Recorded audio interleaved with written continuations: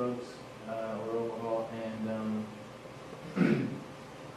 since the body is restored quickly and it restores back to its in balance, goes back to its regular balance and regulates marijuana being oxygen, started with the brain of oxygen, but can it lead to cause of brain damage and loss of memory, and memory damage, which is also can cause chemical imbalance in your homeostasis, so you'll be imbalanced.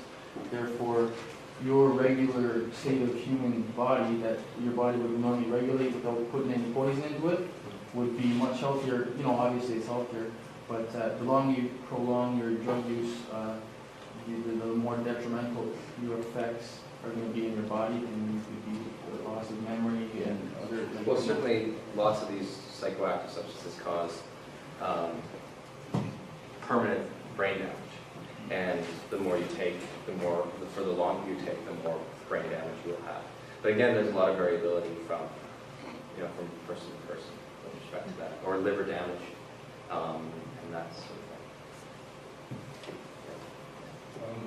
Is it known what's going on in the brain with hallucinogen perception disorder?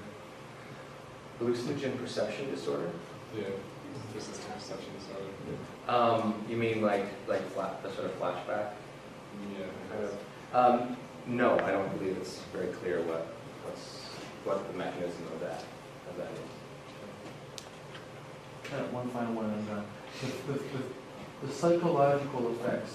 The body can restore back to itself. The liver may be damaged, but the brain itself, the functioning of the regular person, to do their daily chores and their behaviors and everything like that, it can be restored back to regular prior to being addicted to drug use. Because many brain cells, they restore themselves. Like some die, but they also get restored. Yeah. Each day. Well, actually, brain cells don't, for the most part, and that's a whole field of research. And that's the problem with stroke and Alzheimer's disease and Parkinson's disease, is that for the most part, unlike skin cells that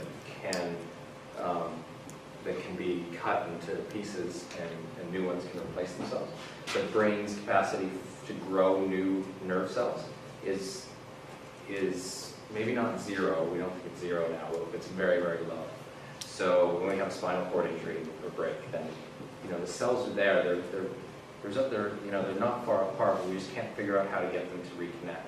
And so in the central nervous system, a lot of that damage is permanent. Now there's ways to rehabilitation and occupational therapy type ways to get around it, but prolonged drug use and extreme CNS damage can be relatively permanent. And then the pharmaceutists can prescribe you like antidepressants or to bring your state of mind back to correct balance. Yes, maybe. I mean, there's all sorts of, depending on the person, there's all sorts of potential therapies. Yeah. All right. Yeah. This is more a legal question. Sure. So if you know someone and it's clear he's overdosed on some drug, and you take him to the hospital, okay, so he'll be medically treated. Yes. So what happens to him legally? Will he be reported to the police? Will he be criminally charged? Well,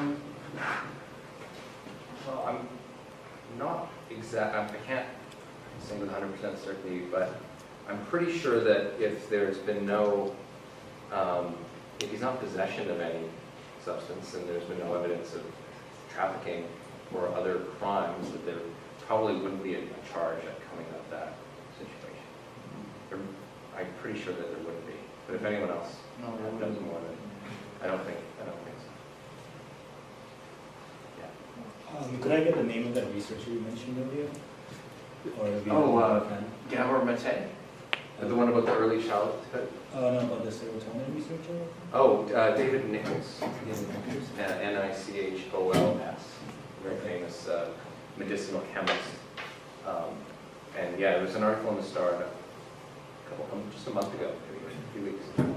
And would you be making these slides available online? Because there's some material you haven't covered in there. I think I sent them, so And this is just a snapshot. Obviously, we had a limited time, but I tried to go through.